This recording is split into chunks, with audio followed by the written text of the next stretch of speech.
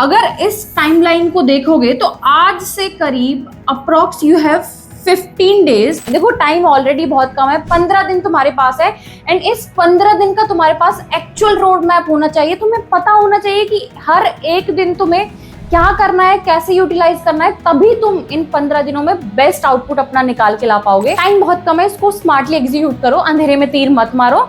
इतना करने के बाद everything will be ready for your CUET 2025। 18 अप्रैल को जेईई मेन अप्रैल अटेम्प्ट के रिजल्ट आ चुके हैं एंड तुम में से सबको आइडिया लग गया होगा कि तुम कितने ज्यादा पानी में हो। उन परसेंटाइल पे तुम्हें कोई सेफ कॉलेज या अच्छा कॉलेज मिल रहा है या नहीं मिल रहा है। And for the safe side तुमने CUET का फॉर्म भरा था and now is the time. April attempt का रिजल्ट आने के बाद तुम्हें CUET का जो तुमने फॉर्म मजे में भरा था उसको थोड़ा सीरियसली कंसिडर करना पड़ेगा, बिकॉज मेंस का रिजल्ट अगर अच्छा नहीं रहा है तो CUET से एग्जाम जो तुम्हें कोई एक डिसेंट कॉलेज दिला सकता है। अगर तुम्हें नहीं पता है तो CUET UG 2025 की डेट्स आ चुकी हैं। डेट्स हैं 8 मई से आपके एग्जाम शुरू होंगे एंड वो एग्जाम्स चलेंगे आपके 1 जून तक।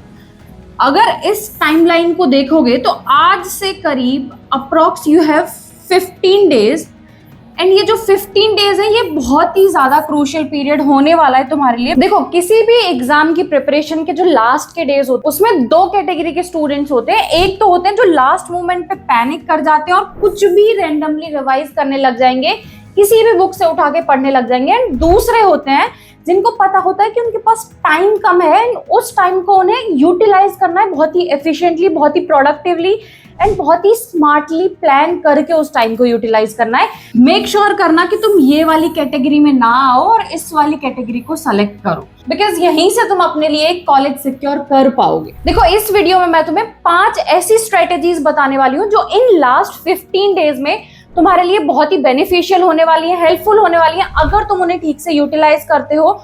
सो please make sure you watch this video till end. And before we start मैं तुमको बता दूं कि CUET के लिए एक स्मार्ट स्ट्रेटेजी लगती है। स्ट्रेटेजी एज इन तुम्हें पता होना चाहिए कि तुम्हें कौन कौन से चैप्टर्स करने हैं, तुम्हें कितने मॉक टेस्ट देने हैं, तुम्हारा रिविजन प्लान क्या क्या होना चाहिए। इतना सारा अगर तुम्हारा सिलेबस है तो अगर तुमको अच्छा परफॉर्म करना है तो तुम्हें कौन कौन से टॉपिक्स, कौन कौन से चैप्टर्स तुम छोड़ सकते हो। तो इन्हीं चीजों के बारे में हम इस वीडियो में डिटेल में बात करेंगे। देखो सबसे पहली स्ट्रेटेजी है तुम्हें हाई वेटेज चैप्टर्स पे फोकस करना है। देयर आर 3 मेजर स्ट्रीम्स जो क्लास 12th में आपके पास होती है। सबसे पहली होती है साइंस, उसके बाद सेकंड स्ट्रीम कॉमर्स एंड जो थर्ड स्ट्रीम होती है आपके पास वो बोलते हैं हम ह्यूमैनिटीज या फिर आर्ट्स। दोनों बहुत जगह पे अलग अलग नाम्स होते हैं, कोई आर्ट्स बोलता है, कोई ह्यूमैनिटीज बोलता है। तो ये 3 स्ट्रीम्स हमारे पास क्लास 12th में होती है एंड इन तीनों स्ट्रीम्स में डिफरेंट सब्जेक्ट्स होते हैं। So based on the universities जिसमें आप जाना चाहते हो एंड किस प्रोग्राम के लिए एनरोल करना चाहते हो उस पर डिपेंड करते हुए डिफरेंट सब्जेक्ट्स होते हैं एंड वही सब्जेक्ट तुमने CUET के रजिस्ट्रेशन के टाइम पे सेलेक्ट भी किए होंगे। Now let's move on to the high weightage chapters. सबसे पहले बात कर लेते हैं साइंस स्ट्रीम में। सो साइंस स्ट्रीम में फिजिक्स में ये जो चैप्टर्स ये हाई वेटेज चैप्टर्स है, इसमें से मोस्ट ऑफ द क्वेश्चंस आते हैं, न्यूमेरिकल क्वेश्चंस बनते हैं। सो प्लीज मेक श्योर कि आप ये चैप्टर्स किसी भी हाल में स्किप ना करो।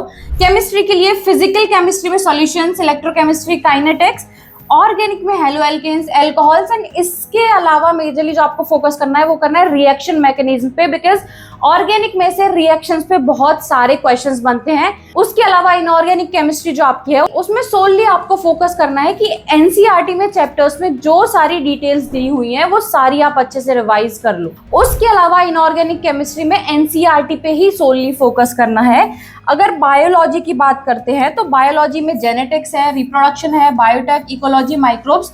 तो ये कुछ हाई वेटेज चैप्टर्स हैं तीनों सब्जेक्ट्स में जिन्हें आपको किसी भी हाल में नहीं छोड़ना है। अगर लगता है तो आप इसका एक स्क्रीनशॉट भी ले सकते हैं।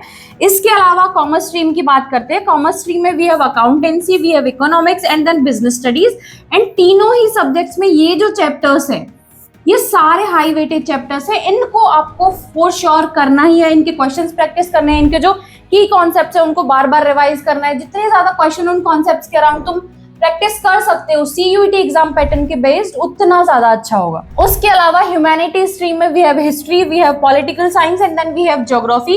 इन तीनों सब्जेक्ट्स में भी ये कुछ हाई वेटेज चैप्टर्स हैं जो आपको कंसिडर करने हैं। सेम फॉर दीज, इनके लिए भी आपको पहले की कॉन्सेप्ट्स रिवाइज करने हैं एंड उसके बाद जितना ज्यादा हो सके उतने ज्यादा क्वेश्चंस प्रैक्टिस करो। सो ये हो गई पहली स्ट्रेटेजी। अब उसके बाद आते हैं सेकंड स्ट्रेटेजी पे। सो ये तो हो गई स्ट्रीम वाइज जो हमारे सब्जेक्ट स्पेसिफिक टेस्ट होने वाले हैं उनके वेटेज की बात। नाउ इसके अलावा आपके पास जनरल टेस्ट भी होने वाला है। जनरल टेस्ट में quantitative aptitude, logical reasoning, GK and current affairs, ये सारी चीजें आपको प्रायोरिटी पे कंसिडर करनी है। नाउ इसके लिए सबसे बेस्ट ऑप्शन है कि तुम पिछले साल के जनरल टेस्ट उठाओ एंड वहां से क्वेश्चन पैटर्न समझ के ये एनालाइज करो कि जीके से, लॉजिकल रीजनिंग से किस टाइप के क्वेश्चंस आते हैं and then in similar format आप क्वेश्चंस प्रैक्टिस करो, तभी जाके ये होगा। अदरवाइज बच्चे जनरल टेस्ट को बहुत लाइटली लेते हैं, बहुत लाइटली लेते हैं। इसके अलावा जो आपका बचता है वो बचता है language test. Now language test में मोस्ट ऑफ द स्टूडेंट्स की जो लैंग्वेज होती है वो इंग्लिश लैंग्वेज होती है। लैंग्वेज टेस्ट में ऐसा कुछ हाई वेटेज नहीं होता है, वहां पे रीडिंग कॉम्प्रिहेंशन होते हैं, बेसिक ग्रामर होती है, तो उसके लिए बेस्ट है तुम मॉक टेस्ट से ही प्रिपेयर कर लो। देखो इसके लिए मैं रेकमेंड करूंगी कि तुम ओसवाल बुक्स का ये जो क्वेश्चन बैंक है इंग्लिश का, ये वाला कंसिडर कर सकते हो। इसमें इंग्लिश के लैंग्वेज टेस्ट से रिलेटेड तुम्हें सारे क्वेश्चंस मिल जाएंगे, कॉम्प्रिहेंशंस मिल जाएंगे, बेसिक ग्रामर मिल जाएगी, सारी चीजें मिल जाएंगी। एंड 2021 से लेके 24 तक का जो एग्जाम था सीयूईटी का लैंग्वेज वाला इंग्लिश का, वो भी तुम्हें इसमें मिल जाएगा विद सॉल्यूशंस, तो ये तुम वहां से इजीली प्रैक्टिस कर सकते। अब ये हो गई स्ट्रेटेजी नंबर 1, जिसमें मैंने तुम्हें बताया कि जिस भी सब्जेक्ट को तुमने चूज किया है उसके हाई वेटेज चैप्टर्स पे जितना ज्यादा फोकस कर सकते हो उतना ज्यादा फोकस करो। अब इसके बाद बढ़ते हैं स्ट्रेटेजी नंबर 2 पे। सो स्ट्रेटेजी नंबर 2 हमारी जो है that is structured study plan. देखो टाइम ऑलरेडी बहुत कम है, 15 दिन तुम्हारे पास है एंड इस 15 दिन का तुम्हारे पास एक्चुअल रोड मैप होना चाहिए। तुम्हें पता होना चाहिए कि हर एक दिन तुम्हें क्या करना है, कैसे यूटिलाइज करना है, तभी तुम इन 15 दिनों में बेस्ट आउटपुट अपना निकाल के ला पाओगे। तो ये एक स्टडी प्लान है जो मैंने तुम्हारे लिए प्रिपेयर किया है। इसको तुम थोड़ा सा अपने हिसाब से कस्टमाइज कर सकते हो बेस्ड ऑन योर प्रिपरेशन। सबसे पहला है डे 1 to 5, यानी आज से अगले 5 दिन तक तुम्हें सिर्फ और सिर्फ फोकस करना है कि तुम्हारे जो कोर सब्जेक्ट्स हैं उनको तुम ज्यादा से ज्यादा रिवाइज करो। जो तुम्हारे वीक एरियाज है, जहां तुम्हें लगता है कि तुम्हारी पकड़ उतनी ज्यादा मजबूत नहीं है, उनको बार बार रिवाइज करो। ये तुम्हें फर्स्ट 5 डेज में करना है एंड देन उसके बाद 6 to 10 डेज, नेक्स्ट 5 डेज जो तुम्हारे होने वाले हैं उसमें तुम्हें फुल लेंथ मॉक टेस्ट देने हैं, that too alternate days, and फिर उनको एनालाइज भी करना है। देखो मॉक टेस्ट देने का एक फायदा होता है, आप सब सीयूईटी एग्जाम पहली बार दे रहे हो, आपको नहीं पता है किस कॉन्सेप्ट में से किस टाइप के क्वेश्चंस बन सकते हैं, कितनी उनकी डिफिकल्टी लेवल हो सकती है, ऑप्शंस में कहाँ कंफ्यूज किया जाता है। तो ये सब आपको तभी समझ में आएगा जब आप रेगुलर मॉक टेस्ट देंगे।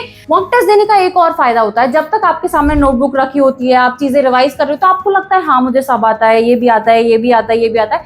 बट जब आप एक्चुअल में एग्जाम देने बैठते हो, जब आप एक्चुअल में क्वेश्चन सॉल्व करने बैठते हो, तब आपको हकीकत समझ में आती है कि आपको लगता था आपको आता है लेकिन एक्चुअल में आपको नहीं आता है। तो वहां से आपको मिस्टेक्स समझ में आएंगे कि कौन से आपके की एरियाज हैं। अगर आपके कॉन्सेप्ट्स क्लियर हैं फिर भी आप क्वेश्चन सॉल्व नहीं कर पाए, मतलब कहीं ना कहीं आपने कैलकुलेशन एरर कर दिया या फिर आप भूल गए, तो ऐसी बहुत सारी चीजें आपको तभी समझ में आएंगी जब आप मॉक टेस्ट दोगे। सो जो नेक्स्ट 3 डेज आपके होने वाले हैं, डे 11 to 13, उसमें आपको फोकस करना है कि आप फ्लैश कार्ड्स बना के रिविजन कर लो। ये फ्लैश कार्ड्स आपको मार्केट में मिल जाएंगे अगर आपको खरीदने होंगे तो।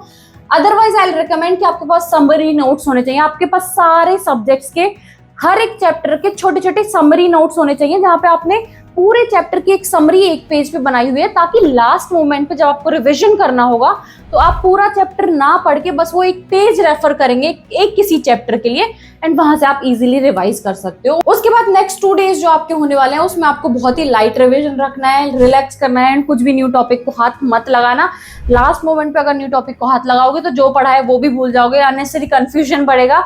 इट्स बेटर कि आप थोड़ा सा रिलैक्स करो एंड बहुत बहुत लाइट रिवीजन करना है। शॉर्ट नोट्स जो आप बनाओगे 1 पेज नोट्स, वहां से आपको रिवाइज करना है। इसके बाद आते हैं अगली स्ट्रेटेजी पे जो कि है टाइम मैनेजमेंट। देखो सीयूईटी एक ऐसा एग्जाम है जहां पे आपका प्रिसीजन एंड एक्यूरेसी दोनों काउंट होती है, बिकॉज आपके पास जो नंबर ऑफ क्वेश्चंस होते हैं वो होते हैं 50 क्वेश्चंस एंड वो आपको 60 मिनट्स में सॉल्व करने होते हैं। ऑन एन एवरेज अगर मान के चलोगे तो आपके पास एक क्वेश्चन के लिए सिर्फ और सिर्फ 1 ही मिनट होता है, और अगर किसी क्वेश्चन में आपने 1 मिनट से ज्यादा लगा दिया तो कहीं ना कहीं आप मार्क्स लूज कर रहे हो उन क्वेश्चंस पे जिनका आंसर आप विद इन और लेस देन 1 मिनट निकाल सकते थे। तो इससे बेटर है कि आप टाइम मैनेजमेंट करना अभी से सीखो, लास्ट डेज है। मॉक टेस्ट में आप इस स्ट्रेटेजी को यूज करो। फॉर एग्जांपल मैं आपको बता देती हूँ, डोमेन स्पेसिफिक जो आपके सब्जेक्ट स्पेसिफिक टेस्ट होते हैं वो आपके 60 मिनट्स के टेस्ट होते हैं, 50 क्वेश्चंस आते हैं, राइट। तो इसमें आई विल पर्सनली रिकमेंड कि आप 50 मिनट्स पर सब्जेक्ट यानी कि 50 क्वेश्चंस को 50 मिनट में सॉल्व करने की कोशिश करो। उससे आपकी एक्यूरेसी भी बढ़ेगी और स्पीड भी बढ़ेगी। एंड अगर आप ये इजीली कर पा रहे हो तो उसके बाद भी आपके पास 10 मिनट्स बचते हैं रिव्यू करने के लिए कि आपने अब तक जो किया है वो कितना सही है, कितना गलत है। तो ये भी नेसेसरी स्टेप होता है। इसके लिए 50 मिनट्स आप दे सकते हो। जनरल टेस्ट में आपके पास 60 मिनट्स होंगे। यहाँ पे भी आपको स्पीड और प्रिसीजन को बैलेंस करना पड़ेगा। एंड इन सारी चीजों को प्रैक्टिस करने के लिए आपके पास सबसे बेस्ट सॉल्यूशन है मॉक टेस्ट। तो ऑल्टरनेट मॉक टेस्ट दो एंड इस टाइम मैनेजमेंट की स्ट्रेटेजी को प्रैक्टिस करो। अपने हिसाब से टाइम बिठाओ कि किस सब्जेक्ट में आपको कौन सा सेक्शन को कितना टाइम देना चाहिए, लैंग्वेज में रीडिंग कॉम्प्रिहेंशन को कितना टाइम देना है, ग्रामर को कितना टाइम देना है, बाकी सारी चीजों को कितना टाइम देना है। ये स्ट्रेटेजी बना के आप अपने मॉक टेस्ट में अप्लाई करो and based on your result in mock test आप धीरे धीरे उस स्ट्रेटेजी को ट्वीक करते जाओ। इतना मेक श्योर करना कि बाय द फाइनल डे, आप एग्जाम जिस दिन लिखने जाओगे उससे पहले आपके पास एक एग्जाम की फाइनल स्ट्रेटेजी होनी चाहिए कि आप एग्जाम में अपना टाइम कैसे मैनेज करने वाले हो। टाइम मैनेजमेंट के बाद नेक्स्ट स्ट्रेटेजी जो आती है that is making your self comfortable with the exam pattern. Now क्या होता है, जो सीयूईटी है वो कंप्यूटर बेस्ड एग्जाम है, एक सीबीटी एग्जाम। एंड कंप्यूटर पे जब आप एग्जाम दे रहे होते हो, स्पेशली अगर आप पहली बार एग्जाम दे रहे हो तो आपको बहुत सारी प्रॉब्लम्स आएंगी एंड इसके चलते आपका बहुत सारा टाइम वेस्ट हो सकता है। इसके लिए बेस्ट सॉल्यूशन है कि अभी से आप मॉक टेस्ट प्रैक्टिस करो। एंड जो मॉक टेस्ट आपके होंगे वो ऑनलाइन मॉक टेस्ट होने चाहिए। वो एनटीए जैसा प्लेटफॉर्म आपको प्रोवाइड करता है फॉर सीयूईटी। ट्राई करो कि वैसा ही कोई ऑनलाइन प्लेटफॉर्म आपको मिल जाए जहां से आप मॉक टेस्ट दे सकते हो। जब तुम ऑनलाइन मॉक टेस्ट दे रहोगे तो तुम नेविगेशंस पे भी ध्यान देना कि तुम्हें नेविगेट कैसे करना है, किसी भी क्वेश्चन को मार्क फॉर रिव्यू में कैसे डालना है, स्विच सेक्शन पे कैसे मूव करना है। देखो, ये ऑनलाइन मॉक टेस्ट देने वाला सजेशन उन स्टूडेंट्स के लिए बेस्ट है जिनके कॉन्सेप्ट स्ट्रांग है। अगर तुम्हारे कॉन्सेप्ट स्ट्रांग नहीं है तो सबसे पहले अपने कॉन्सेप्ट को स्ट्रांग बनाने की कोशिश करो।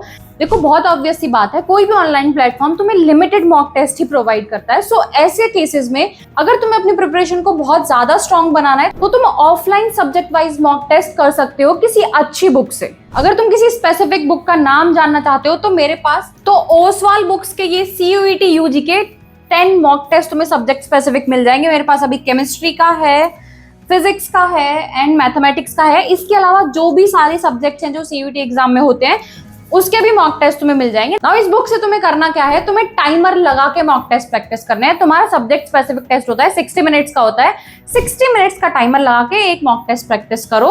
ऑफलाइन में अगर प्रैक्टिस करोगे तो ग्रिप ज्यादा बनेगी, कॉन्सेप्ट ज्यादा स्ट्रांग होंगे एंड फिर तुम फाइनल एग्जाम में बहुत अच्छा परफॉर्म कर पाओगे। मेजर जो स्ट्रेटेजीज थी वो हम लोगों ने ऑलरेडी कवर कर दी है। इसके बाद वाली जो स्ट्रेटेजी है वो मैं पर्सनली हर एक उस बच्चे को रिकमेंड करती हूँ जो एग्जाम देने जा रहा है, चाहे वो कॉम्पिटिटिव एग्जाम हो, चाहे बोर्ड एग्जाम हो, चाहे कोई भी तरीके का एग्जाम हो। वो है आपकी physical health and mental health. देखो, बच्चे इग्नोर करते हैं, उनको लगता है लास्ट डेज में अगर 16-17 घंटे पढ़ लेंगे तो ज्यादा अच्छे मार्क्स आ जाएंगे। इसकी वजह से उनकी नींद पूरी नहीं होती है। नींद पूरी ना होने की वजह से उनका माइंड डिस्टर्ब रहता है, पढ़ नहीं पाते, जो पढ़ा हुआ होता है वो भी भूल जाते हैं। तो बेटर यही रहेगा कि तुम बेटर स्लीप लो, अच्छा खाओ, खुद को हाइड्रेटेड रखो, थोड़ी बहुत फिजिकल एक्सरसाइजेस करो। ऐसा अगर तुम करते हो तो अब तक की जो तुम्हारी मेहनत है, जो तुमने प्रिपरेशन करी है, वो फाइनल अच्छा रंग लेके आएगी, अच्छे रिजल्ट्स लेके आएगी। तो इसको प्लीज इग्नोर मत करना। इसके अलावा कुछ और सजेशंस मेरे हैं। ट्राई करो कि तुम अभी के टाइम पे टीचर स्विच ना करो। तुम्हें अगर कोई एक पर्टिकुलर कॉन्सेप्ट नहीं समझ में आ रहा है उसको तुम किसी दूसरे टीचर से पढ़ सकते हो, लेकिन हर एक चैप्टर के लिए, चैप्टर्स में अलग अलग कॉन्सेप्ट्स के लिए अलग अलग टीचर्स के पास मत भागो। जिनसे तुम अब तक पढ़ रहे थे उन्हीं पे स्ट्रिक्टली फोकस करो। उसके बाद स्ट्रेटेजीज में सडन चेंजेस मत करो। सडन चेंजेस करोगे आपको प्रॉब्लम होगी। तुम्हारी जो स्ट्रेटेजी है खुद की उसको फॉलो कर। अगर कुछ माइनर ट्वीक्स हैं, चेंजेस है, वो तुम कर सकते हो। उसके बाद रिविजन वीडियोस देखो अगर देखनी है तो। एंड उसके अलावा लास्ट जो है, शॉर्ट नोट्स बनाओ, बिकॉज एग्जाम से पहले आप बड़ी बड़ी नोटबुक्स बुक्स पढ़ने नहीं बैठोगे। शॉर्ट नोट से रिवाइज करके आप सीधा एग्जाम देने के लिए चले जाओगे। So guys, that was it for CUET 2025। तो गाइज, जो स्ट्रेटेजी मैंने बताई है अगर वो आपने एग्जीक्यूट कर ली तो आधे से ज्यादा काम आपका वहीं सॉल्व हो जाएगा।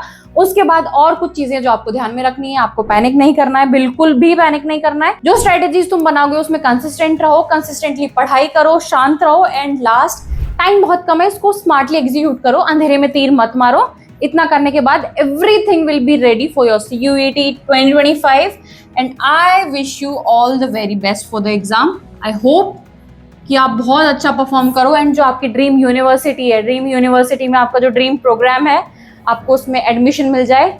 Again I wish you all the very best. Thank you so much.